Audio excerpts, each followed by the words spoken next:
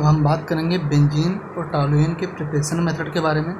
Preparation method के बारे में जानने से पहले हम एक पॉइंट देख ले रहे हैं जो हमसे छूट गया था अगले वाले वीडियो में। स्टेबिलिटी का ऑर्डर। स्टेबिलिटी का ऑर्डर सबसे ज़्यादा स्टेबल होता है एरोमेटिक कंपाउंड, उसके बाद नॉन एरोमेटिक कंपाउंड, फिर एंटी एरोमेटिक कंपाउंड होता है। नॉन एरोमेटिक मतलब हो गया एलिफेटिक कंपाउंड। ओके, सबसे ज़्यादा स्टेबिलिटी किसकी? एरोमेटिक की, फिर एलिफेटिक, फिर एंटी एरोमेटिक की। ये ध्यान रखना है क्योंकि इस पर एक क्वेश्चन है, इसलिए हमने इसे एक्सप्लेन कर लिया है। अब साल्ट ऑफ सबसे पहला प्रिपरेशन मेथड पढ़ ले रहे हैं। Sodium salt of carboxylic acid with soda lime remove CO2 as Na2CO3 and work carbon is decreases. एक कार्बन डिक्रीज किया जाता है। इसके बारे में हम बात कर चुके हैं हैलोजन कंटेनिंग में लगभग। हाँ नहीं, हाइड्रोकार्बन में हमने बात किया है इसी वाले में जब हम एल्केन बना रहे थे। तो इसमें क्या होता है? Sodium salt of carboxylic acid है C6H5COONA।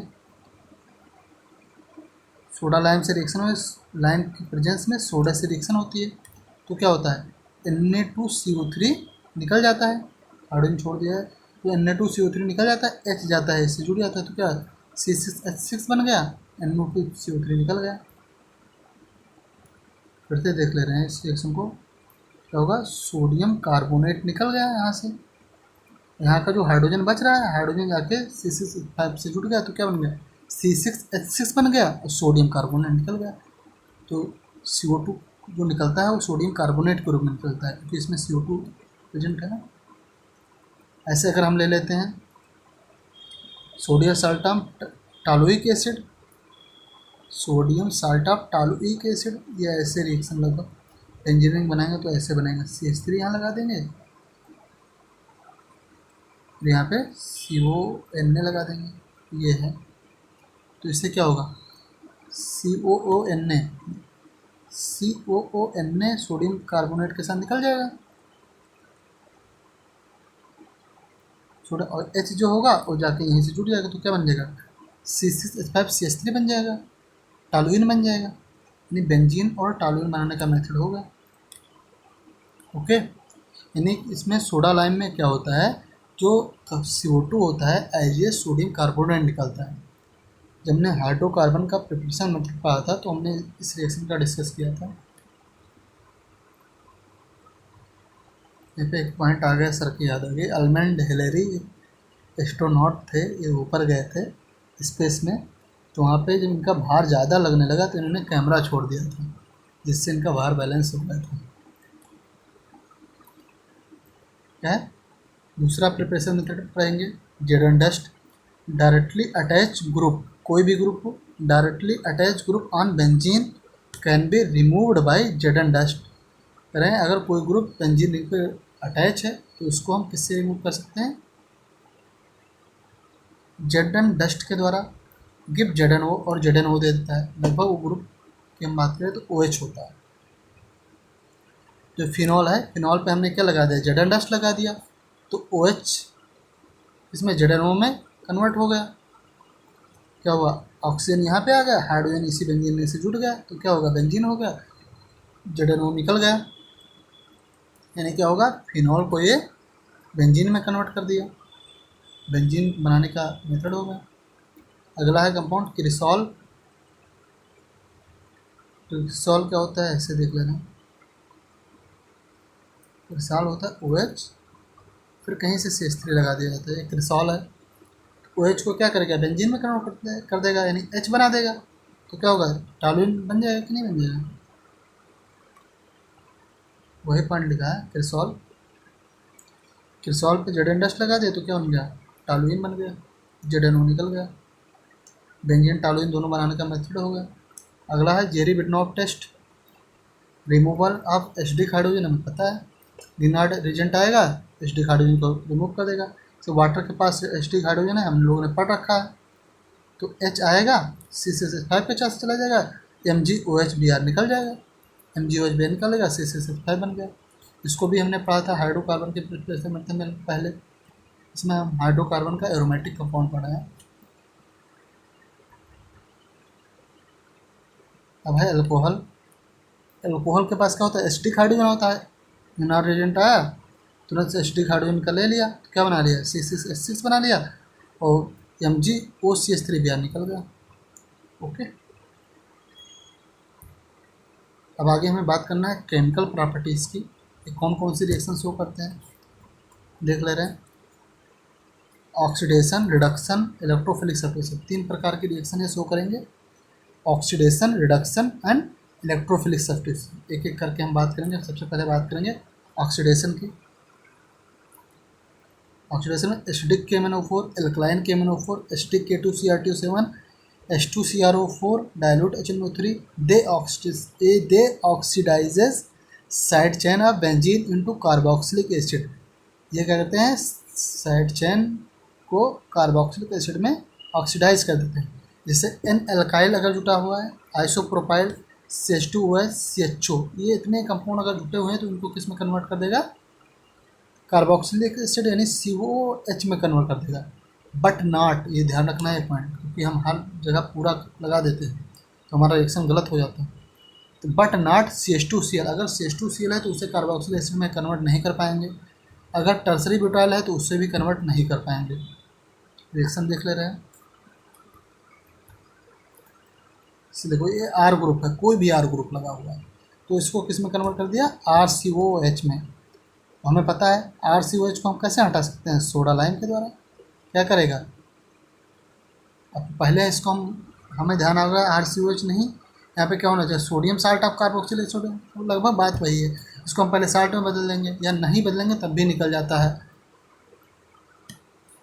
केवल वहाँ पे एक NaHCO3, Na2CO3 की जगह पे क्या हो जाएगा, NaSCO3 हो जाएगा, क्योंकि एक Na कम हो जाएगा तो NaSCO3 बन जाएगा बस।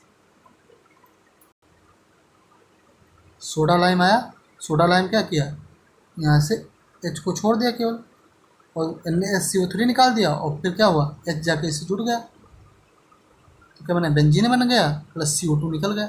CO2 किस फॉर्म में, CO2 हमने लिख दिया जो गलत है, निकलेगा NaSCO3 के फॉर्म में निकलेगा। ओके, तो हमें सबसे पहले रिएक्शन तो हमारी ये थी कि साइड चेन ऑफ बेंजीन को किस में कन्वर्ट कर देता है, कार्बोक्सिलिक एसिड में। जितने कंपाउंड हमने भी पढ़े थे reagent, side chain of benzene can removed by oxidising agent plus soda lime. कह रहे हैं पहले हम ऑक्सीडाइज कर देंगे, COH बन जाएगा, उसके बाद हम सोडा लाइम लगा देंगे तो क्या होगा, साइड चेन ऑफ बेंजीन खत्म हो जाएगी। तो यहाँ पे साइड चेन R था, R अब इसमें कहाँ रहेगा, खत्म होगा। तो वही इन्होंने पॉइंट लिख दिया है कि side chain of benzene can be removed by oxidising agent plus soda lime. Okay, अगला है पॉइंट जिसे रिएक्शन दिखा देगा, CH3 दो बेंजीन से लगी हुए हैं। ओके, इसे जाइलिन कहते हैं, जाइलिन है, इसको हम ऑक्सीडाइज करते तो साइड चेन ऑफ बेंजीन इसमें COH में ऑक्सीडाइज हो गई, COH हो गया। अब जब थैलिक एसिड बनती है, इसे थैलिक एसिड कहते हैं। जब COH लगा होता है बेंजीन इसे थैलिक एसिड कहते हैं। ये कौन सी थैलिक एसिड है, आर्थोथैलिक एसिड है। थैलिक एसिड 3 होंगी, एक होंगी आर्थोथैलिक एसिड, मान लो यहाँ लगा रहे हैं पहले हम COH, ये आर्थोथैलिक एसिड है। दूसरा हो जाएगा मेटाथैलिक एसिड, COH मेटा हो जाएगा और यहाँ जुड़ेगा तो पैराथैलिक एसिड हो जाएंगे। लेकिन जब आर्थोथैलिक एसिड होता है तो दोनों COH पास होते हैं। जब दोनों COH पास होते हैं तो हमें पता है, तो ये क्या करेंगे, वाटर रिमूव कर देंगे। एक से क्या आएगा, OH आएगा, एक से क्या आएगा, OH आएगा, एक से H आ जाएगा, वाटर निकल जाएगा। तो क्या बन जाएगा, C डबल बॉन्ड वो इधर हो जाएगा, C डबल बॉन्ड वो इधर हो जाएगा, एक वो बीच में आ जाएगा तो क्या होगा, एनहाइड्राइड बन जाएगा। तो वही पॉइंट लिखा जाता है, आर्थोथैलिक एसिड जो होती है वो एनहाइड्राइड बना लेती है। Orthophthalic acid can form anhydride but not meta and paraphthalic acid anhydride नहीं बना सकती, क्योंकि उसमें क्या होता है, जो COH होता है वो दूर दूर होता है। मान लो COH एक यहाँ है तो मेटा में COH यहाँ होगा, तो ये दोनों आपस में नहीं बना पाएंगे एनहाइड्राइड, जबकि आर्थोथैलिक एसिड क्या बना लेगा, एनहाइड्राइड बना लेगा।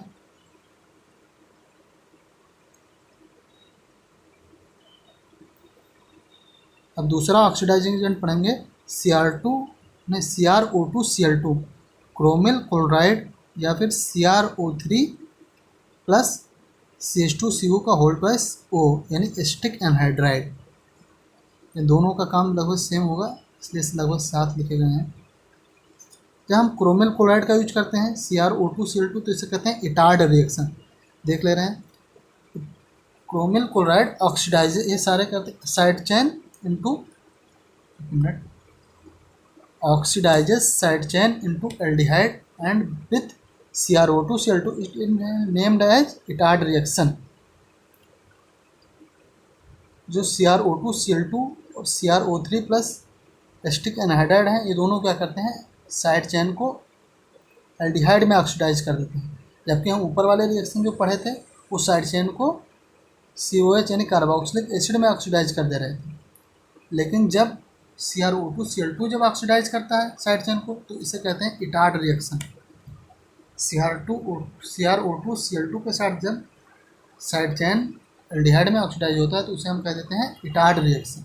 ध्यान रखना, बहुत इंपॉर्टेंट रिएक्शन है, पूछी जाती है।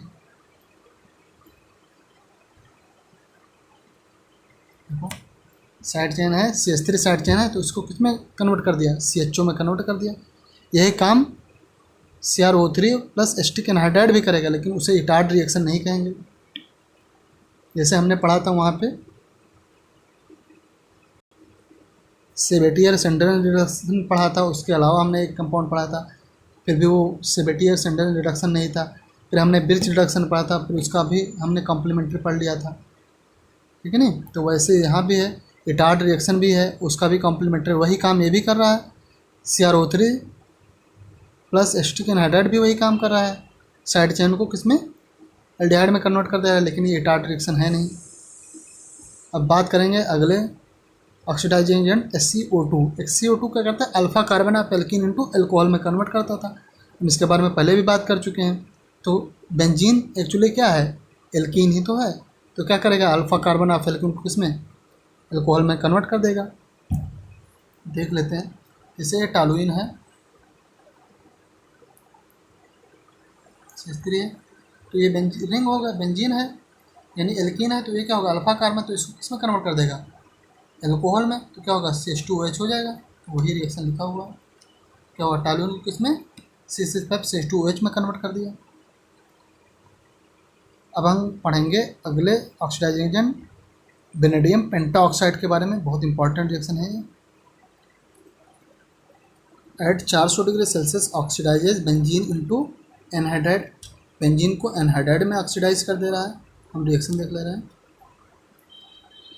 से बेंजीन रिंग है, बेंजीन को दो बांड को आपस तोड़ दिया तो एक कार्बन ये हो गए, एक कार्बन है, दो कार्बन निकल गए। क्या हुआ, दो कार्बन निकल गए, और फिर यहाँ पे C डबल बांड वो जोड़ दिया, यहाँ पे C डबल बांड वो जोड़ दिया, एक ऑक्सीजन बीच में कर दिया, ने क्या बना दिया, एनहाइड्राइड बना दिया। दो कार्बन का CO2 बना दिया, CO2 रिलीज हो गया, तो CO2 एक ही CO2 निकल गया, दो CO2 होना चाहिए, दो CO2 निकल गए प्लस वाटर निकल गया। इस रिएक्शन को ऐसे याद करना है कि दो बगल के डबल बांड को तोड़ देगा और इसे एनहाइड्राइड में कन्वर्ट कर देगा। एनहाइड्राइड बनाना देखिए, CO2 निकल जाएंगे। डायरेक्ट रिएक्शन याद रखना है इसे। तो हम पढ़ेंगे ओजोन के द्वारा ऑक्सीडाइज कैसे करेंगे। Ozone with benzene ring form try ozonide. क्या बनेगा, ट्राई ओजोनाइड बनेगा, विच ऑन रिडक्टिव ओजोनोलिसिस, इसका बाद में रिडक्शन किया जाएगा Zn+H2O के द्वारा, तो किम ग्लाइऑक्सल, तो क्या देगा, ग्लाइऑक्सल देगा। देख ले रहे हैं, हमें थ्योरेटिकल पॉइंट ऐसे ही ध्यान रखना है, लेकिन हम डायरेक्ट ग्लाइऑक्सल बनाएंगे रिएक्शन में, जिसमें सबसे पहले ट्राई ओजोनाइड बनेगा, उसके बाद रिडक्टिव ओजोनोलिसिस होगा। दोनों स्टेप हम साथ में करेंगे तो हमें आसान लगेगा ये। इसे क्या करेंगे, जब हम ओजोन से रिएक्शन कराते हैं तो क्या करते हैं, हम डबल बांड को कहते हैं ब्रेक कर देते हैं। डबल बांड को ब्रेक करके हर एक कार्बन पे क्या करते हैं, हम ऑक्सीजन रख देते हैं। देखो हर एक कार्बन पे ऑक्सीजन रख दिया गया है, ओके।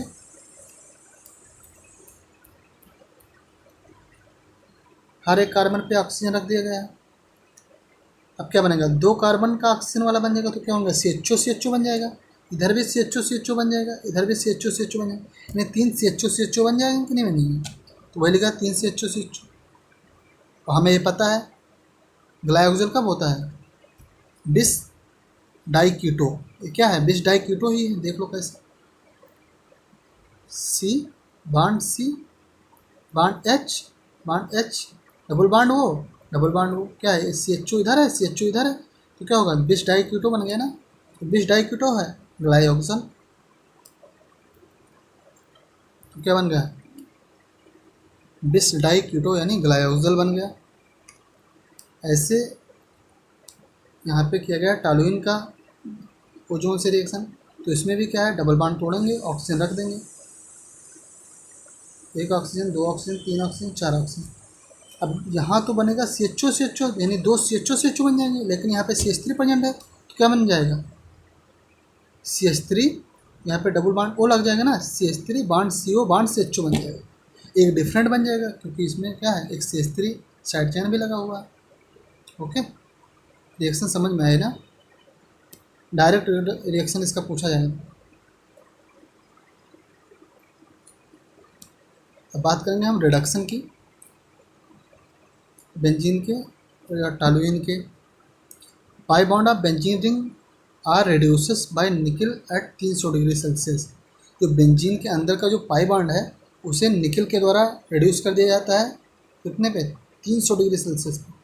जैसे बेंजीन रिंग है, 3H ले लिया गया, 3H2, तो 6 हाइड्रोजन है, 6 हाइड्रोजन है, हर एक कार्बन पे लग जाएंगे, तो क्या होगा? पाई बॉन्ड खत्म हो जाएगा, तो साइक्लोहेक्सेन बन गया। ओके, ऐसे ही टॉलुइन का है।